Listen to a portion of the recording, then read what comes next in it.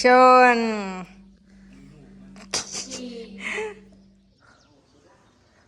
ก็วางถ่ายคลิปพี่น้องเก็บกวดเบิดเนาะทั้งหน้าบ้านทั้งข้างบ้านปัดกวดเรียบร้อยพี่น้องสิแล้วล่ะหน้าบ้านทั้งก็ปัดใบไม้ใบตอกออกเบิดแล้วก็มาจูดเนาะในข้างเฮือนจูดแล้วก็ยังแต่แบบล่างเลยพี่น้องหดน้ำล่างทำความสะอาดแล้วก็แล้วเนาะบัดนี้ถือว่าเสร็จสิ้นพี่น้องไปตอกกวดเรียบร้อยแล้วเหลือแต่ทูกับล่างเนาะล้างเฮือนกันแล้วหมดแล้วในเฮือนยังเหลือแต่กวดนะพอดีมืออื่นพี่น้องก็จะมาใส่ประตูให้เนาะวันที่12นี่มืออื่นพี่น้องอันนี้เขาก็เฮ็ดเรียบร้อยแล้วถ่ายแต่ว่าประตูมากับผ้าม่านเขาสั่งพร้อมกันเลยพี่น้องเขาจะมาใส่ให้มืออื่นเนาะเฮ็ดมอนเฮ็ดเอาเลยตั้งใจโอ้คือธรรมดาได้มอนสบายดีเด้อพี่น้องสบายดีบัดสุขุสุคนเนาะสบายดีน้ำคำพี่น้องถูกทำคุณน้องเมยกับพรไซผู้หนึ่งทูผู้หนึ่งกวด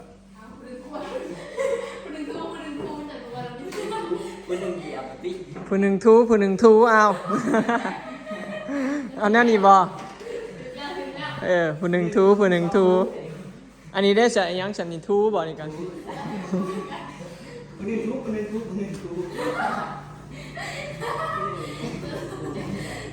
เอาแบบเหลื่อมแมบด้วยไดมอนเอาแบบเหลื่อมแมบน้ำเบิดกับจุ่มไหมคือจ้างได้พี่น้องสนใจติดต่องานเนาะ4 คนนี่3 คนนี่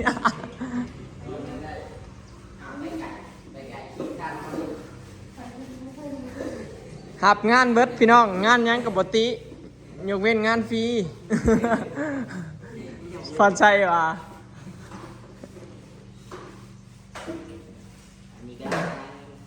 อันนี้ก็หาเงินพอละจะเอาเงินไปหยังเอาเงินไปเป็นบุญเงินบ้านเอาเงินไปเล่นบุญบ้านให้เอาไว้เงินไปเล่นบุญพอละสิไปกับไผย่างไปย่างไปบอกระเดียวย่านเชียร์ขาน้ำมันรถบ่พ่อย่านนั้นเขาติดป้ายติดสติกเกอร์พร้อมยังมีขาผ่านทางพร้อมหลายขาโพดพอดีเบิดเงินในธงเพื่อเขาไปเด็ดอย่าเขาไม่เหยียบแล้วซ้ำเขาหัวจะเข้าเสร็จเนี่ย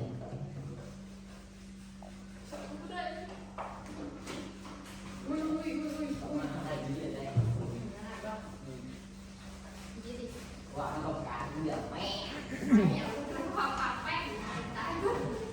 พาเปี้ยงแม่นี่คือเนี่ยมันอยู่อะไรก็จะบ่อนเมืองพูนาขวดเฮ็ดให้มันแล้วไว้งานเมาเสร็จปุ๊บรับเงินปั๊บช่วงนี้เดือนร้อนแห้งบอกเดือนรอดแล้วสินอนเนอะรับทุกงานเดือดรอดข้างดูดช่วงเอายังดูดเท่าน่ะไปตักน้ำนั้นในส่วมไปเด้อห้องน้ำเด็กเอาคู่ให้คู่มันครับดูนี่มันอันนี้บ่แม่นงานฟรีเด้อนี่นะเอาแม่ดูดสวมเท่าน่ะนี่คู่ไผคู่มันเขาเอิ้นฮื้อสวมเนาะบ่แม่นดูดโอ้ยไปบุเบ้ไปเขาแล้วบ่แล้วจอยไปขึ้นไปเหยียบอันน่ะพุ่นขึ้นเทิงพุ่นเขาแล้วจังแล่นมาคือบ่ตีจะคลองน้ำเปื้อนนะเปื้อนกระทูแล้วขึ้นไปเนี่ยทูดินตีนออกมาเหมือนแล้วก็เช็คงานแล้วก็ออกมา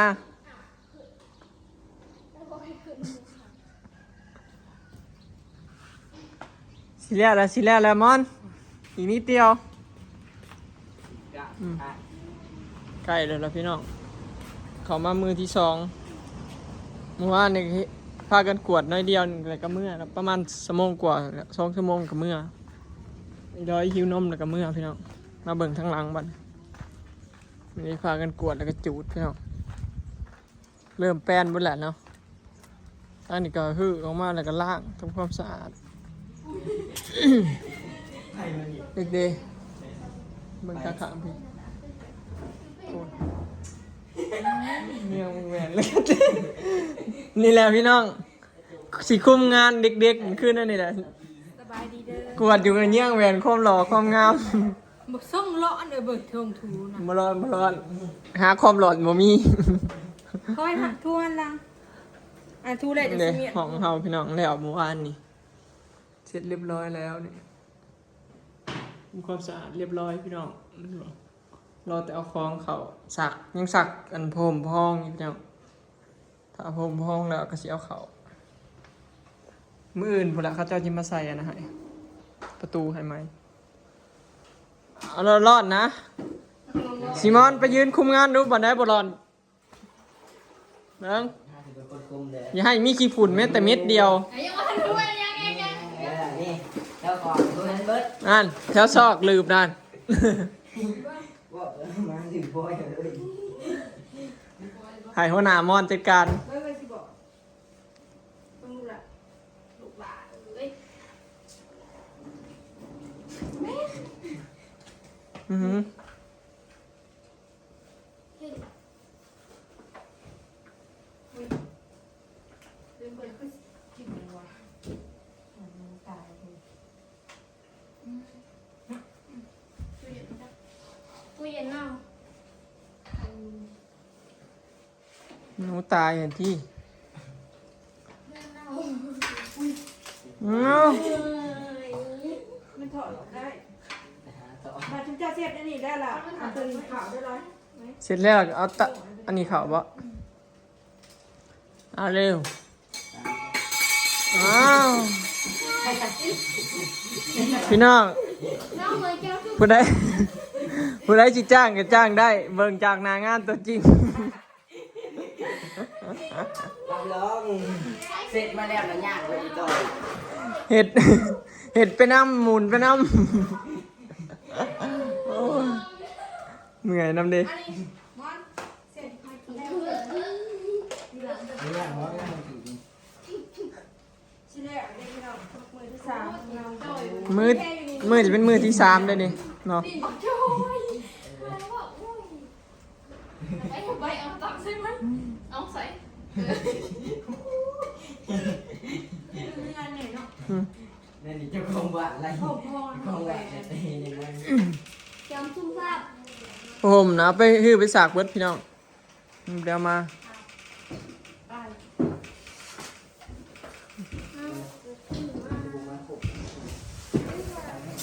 ตั้งใจ เอาคันเห็ดคันเห็ดถึกใจเดี๋ยวเลี้ยงเบียร์ เฮ้ยเอาอะไรให้เนี่ย อุ้ย เอาร้อนๆพอดใช้เอามันกิ้งเกี้ยง ได้เขียวมันเหลือแม่ เขามันเหลื่อมแม่ๆสิเลี้ยงเบียร์ดอกอ๋อ เอาแบบผ้าที่บนอยู่ เอาแบบเหลื่อมแม่จนบ่กล้าย่างไปเหยียบ บุกกล้ายังเอาเหยียบถึงที่ นี่เฮ้ยอย่าเว้าเห็นหมู่เปิดคลิปแล้วแล่นมา เมื่อกี้นี่เอิ้นหาก็บ่เห็น มันกันเมื่อยอยู่ เมื่อยเล่นพุ่นน่ะเอ้า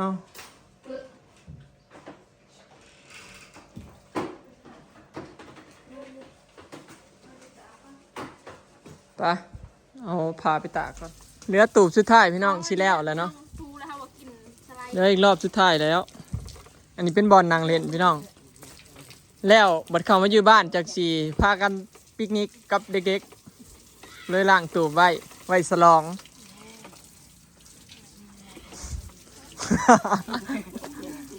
สมองเราคิดไก่กันไก่ไว้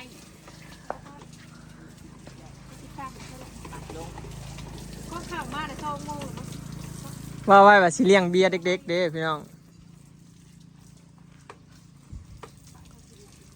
เอา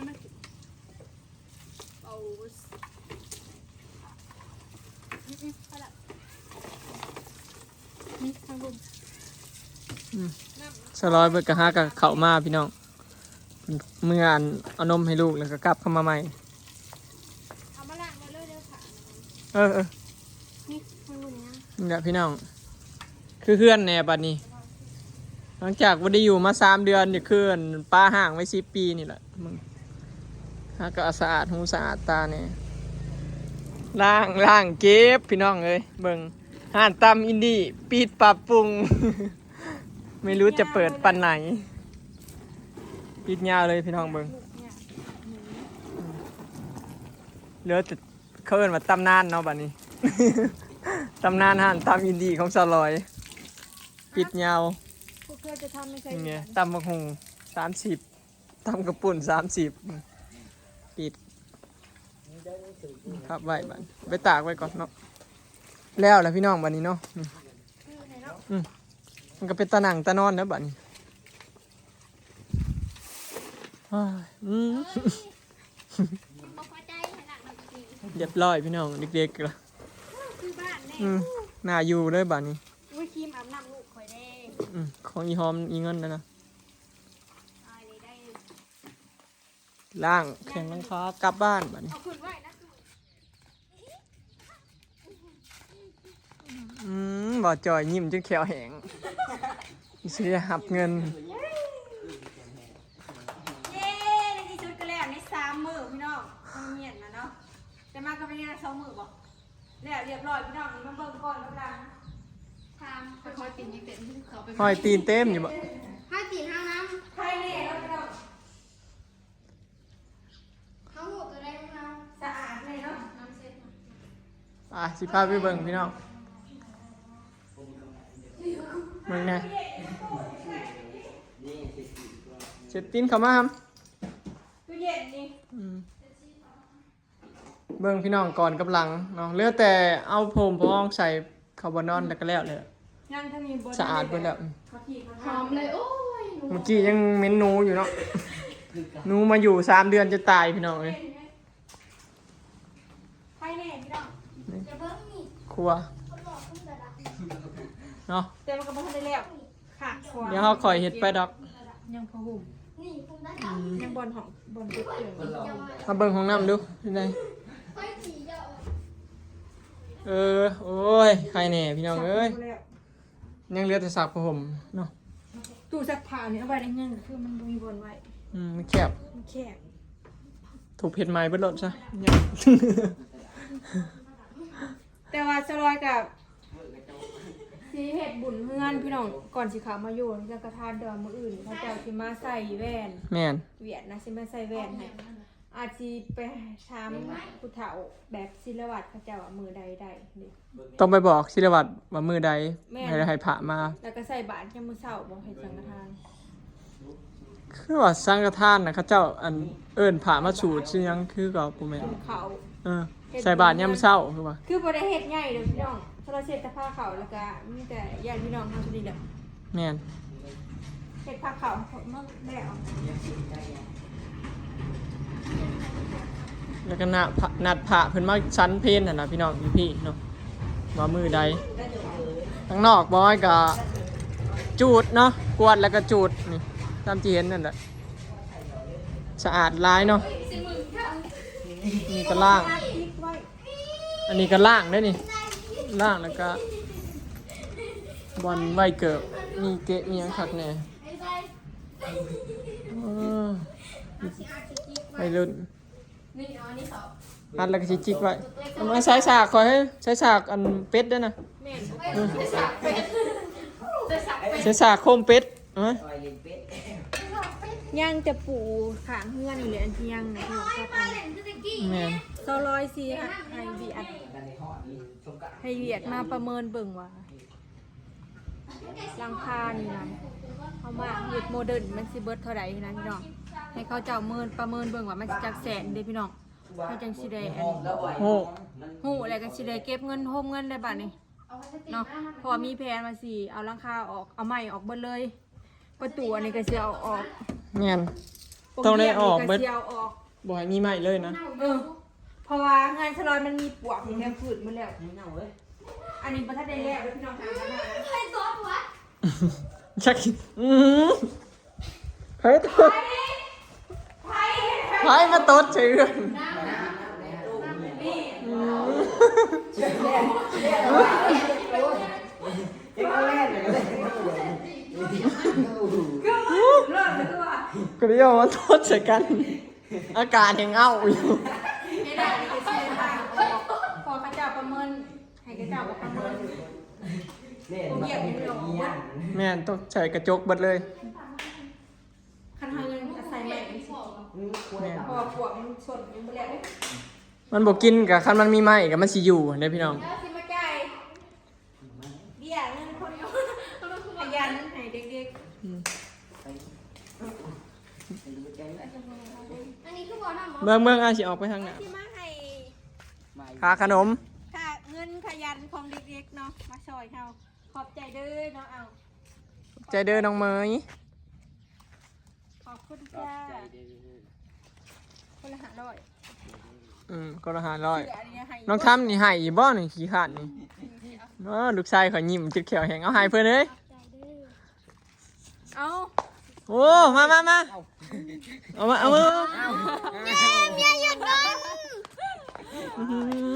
เรียบร้อยพี่น้อง ให้อยู่โอ้ยฟังเอาไว้ก่อน น่า เอาก็มีหยอกให้เนาะ เอาเนี่ย เอายักเข้ามาขอบใจเด้อทุกคนน้องเมยน้องทำซิมอนพันไซน้องจอย จนแล้วเนาะ แมนที่มาสอยจนแล้วเนาะคันบ่ได้เด็กๆกะบ่ได้เอาง่ายดอก คลิปนี้ก็สิได้ขอเก็บภาพบรรยากาศไว้ซ้ำเด้อพี่น้องเนาะพุ่นแหละซอยอันเฮ็ดบุญเฮือนแหละจังซี่ได้เข้ามาอยู่เนาะพี่น้องยังบ่หัวมือใดเนาะไปแล้วพี่น้องสบายดี สบายดี ซื้อหนังหรือเปล่า บ่ได้เงินน่ะจอยเลยโอ้ บ่ได้กินข้าวมื้อห่อที่ว่าพากันนั่งกินอันนี้บ่ได้แล้ว เฮ็ดเงินเจ้าของก็อยากได้บ่บ่ทูเงินเจ้าของก็สิอยากได้เงินบ่ ชื่อในเลี้ยงน้องเลี้ยงหนุ่มแล้ว เมยน้องหนุ่มเขาถ่าบึงในล่างตูบเพิ่น เอา